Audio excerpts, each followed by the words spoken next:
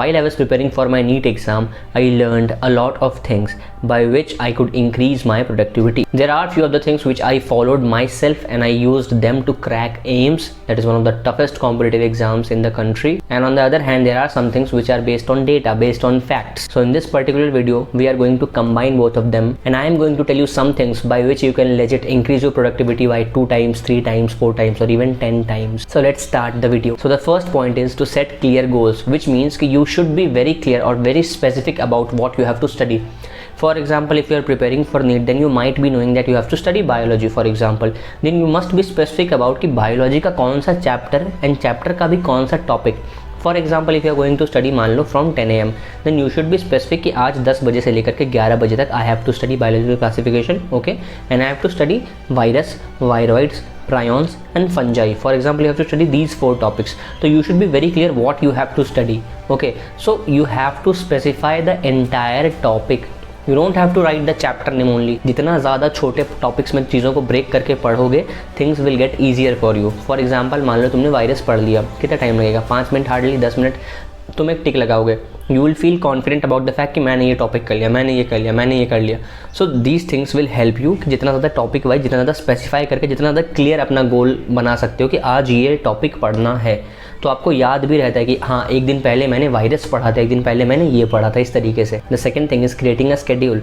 Basically you have to schedule पूरे दिन में एक टाइम जहाँ पे you can study. For example, तुम्हारे लिए प्रोडक्टिव टाइम तुम्हारे लिए सुबह दिन का हो सकता है, तो मेक श्योर कि तुम उस टाइम पे पढ़ रहे हो.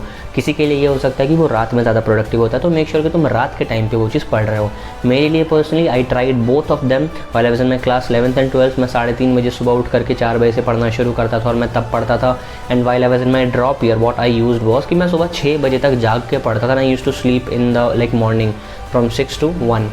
सो this was my routine in my drop year. सो ये दोनों मेथड ट्राई करने के बाद आई फाउंड कि मेरा ये वाला पार्ट ज़्यादा स्ट्रॉन्ग है. I am a night owl rather than I'd say I am not an early bird. So this was my choice in studying. तो मैं रात में ज़्यादा पढ़ना प्रीफर करता हूँ एज़ कम्पेयर टू दिन में. आपके लिए कुछ और हो सकता है. तो make sure that you know कि तुम किस टाइम पर प्रोडक्टिव हो and use that thing properly. The third thing is using active recall. देखो, whenever you are studying, make sure कि तुम एक्टिवली चीज़ों को रिकॉल करो. देखो, देर इज़ वन मेथड जिसके अंदर तुम क्या करोगे कि तुम NCERT की एक लाइन को पढ़ोगे, बैठ के याद करोगे, रादर देन ये करो कि हर एक लाइन से क्वेश्चन फ्रेम कर लो या फिर उस लाइन को पढ़ के समझ लो एंड किसी और को जाकर के पढ़ाओ. इससे ये होता है कि व्हेन यू रिकॉल समथिंग ना, जब तुम दिमाग से उस चीज़ को याद करने की कोशिश करते हो, उस पर्टिकुलर मेमोरी को रिट्रीव करने की कोशिश करते हो, तो हमें ज़्यादा याद होता है, हमें ज़्यादा लंबे टाइम तक याद होता है. तो मेक श्योर कोई भी एक पैराग्राफ पढ़ो और किसी और को समझाने की कोशिश करो. जब किसी और को आप समझाओगे अपने वर्ड्स के अंदर, then you will learn better. और एक और चीज़ है, जब तुम्हारे दिमाग से पूछा जाता है ना कि इसका आंसर क्या होगा, तो आपका दिमाग ज़्यादा अच्छा रिस्पॉन्ड करता है. Your brain responds more to asking questions rather than just cramming. Facts को सीधा रटना नहीं होता, उसको जितना ज़्यादा क्वेश्चन बना के खुद से पूछ सकते हो, है ना, या फिर उसको याद कर सकते हो, उतना फ़ायदा होता है. And that will help you in long run also. The fourth point is eliminating distractions. ठीक है, while you are studying, make sure you eliminate distractions. जो भी चीज़ें तुम पढ़ रहे हो, जो भी चीज़ें कर रहे हो, उस पॉइंट ऑफ टाइम पे तुम्हारा फ़ोन साइलेंट पे होना चाहिए. ठीक है, बाकी जो भी डिवाइसेज हैं वो सब साइलेंट पे होने चाहिए. तुम्हारा रूम शांत होना चाहिए, है ना. You should be in a space जहाँ पे तुम डिस्ट्रैक्शन फ्री होकर के पढ़ाई कर सको. And trust me, this makes a huge difference. ठीक है, बहुत ज़्यादा फर्क पड़ता है इस चीज़ से. Tip number 5 is take regular breaks. Studies ये शो करती हैं कि जब आप रेगुलर ब्रेक्स लेते हो कुछ पर्टिकुलर इंटरवल पे, आपकी प्रोडक्टिविटी ज़्यादा बढ़ती है. For that particular thing we use Pomodoro technique. Pomodoro में क्या होता है कि हम 25 मिनट पढ़ते हैं, 5 मिनट ब्रेक लेते हैं. और इधर यू कैन डू कि तुम 50 मिनट पढ़ो और तुम 10 मिनट का ब्रेक लो. ठीक है, इससे ये फ़ायदा होता है कि आप अपनी पढ़ाई को एक रेगुलर वे में कर सकते हो और आप पर्टिकुलर स्पेसेस पे ब्रेक्स भी दे रहे हो खुद को, ताकि आप बर्नआउट भी ना करो और आप कुछ टाइम स्पैन के बाद वापस पढ़ने बैठो, जिससे आप रेजुविनेट होकर के वापस से उतनी एनर्जी के साथ पढ़ पाओ. तो make sure you follow this thing. Tip number 6 is practising time management. Time management practising का मतलब क्या होता है? Whatever you are studying ना, मेक श्योर कि तुम अपने काम को प्रायोरिटाइज करके रखो, टाइम को मैनेज कर पाओ कि हाँ, आज मान लो बायो भी पढ़ना है, केमिस्ट्री भी पढ़ना है और फिजिक्स भी पढ़ना है.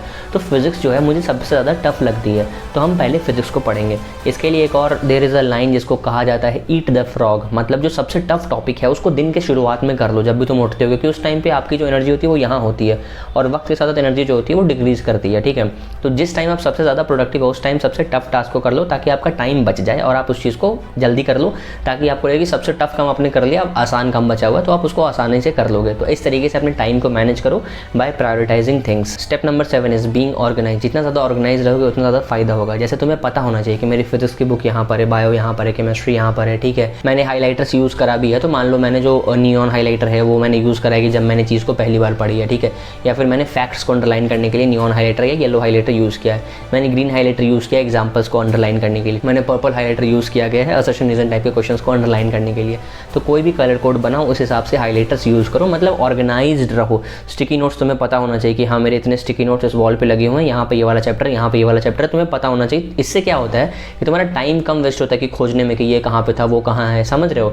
तो चीज़ों को ऑर्गेनाइज रखो, अपने डेस्क को ऑर्गेनाइज रखो, अपने लाइफ में सब चीज़ों को ऑर्गेनाइज रखो, ताकि तुम प्रॉपरली एफिशिएंटली अपने टाइम को डिवाइड कर सको और प्रॉपरली पढ़ सको जगह पे बैठ करके। So this was it. Also एक और चीज़ याद रखना, पढ़ाई मुश्किल नहीं है, पढ़ाई अच्छे से करना मुश्किल है, और उससे भी ज़्यादा मुश्किल है अच्छे से पढ़ाई करने को शुरू करना, ठीक है। एक बार अगर तुमने स्टार्ट कर लिया सही से पढ़ना, then you are good to go, तुम अच्छे से चीज़ें कर लोगे, ठीक है। ऑल्सो एक और चीज़ याद रखना, ज़्यादा पढ़ने से नहीं होता, you have to study smartly, study productively, and these things are going to help you definitely. And इससे तुम अपने टाइम को भी मैक्सिमाइज कर सकते हो, मतलब कम टाइम के अंदर तुमको ऐसा लगेगा कि तुम्हारे पास ज़्यादा वक्त है जब तुम ये सब चीज़ों को फॉलो करोगे तो। और ये चीज़ें ज़्यादा एप्लीकेबल कब होती है, इस टाइम पे, क्योंकि अभी अपने पास नीट में कुछ रफली 20 दिन बचते हैं, अपने को अभी ज़्यादा पढ़ना और बहुत सारा कुछ पढ़ना बहुत कम टाइम के अंदर, ठीक है। तो मेक श्योर कि इन सब चीज़ों को फॉलो करो and stay organised. I will catch you in the next video शाम मेरे ऑप्टिक्स के लेक्चर के साथ। तब तक के लिए टेक केयर एंड बाय।